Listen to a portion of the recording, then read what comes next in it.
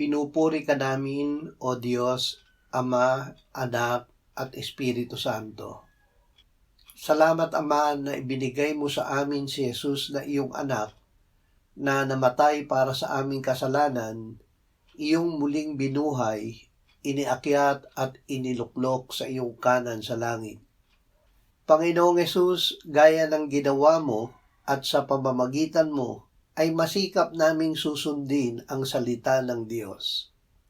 Salamat na mapalad ang sakdal ang landas na sa kautusan ng Panginoon ay lumalakad, na nag-iingat ng kanyang mga patotoo at humahanap sa kanya ng buong puso, na hindi gumagawa ng masama kundi lumalakad sa kanyang mga daan.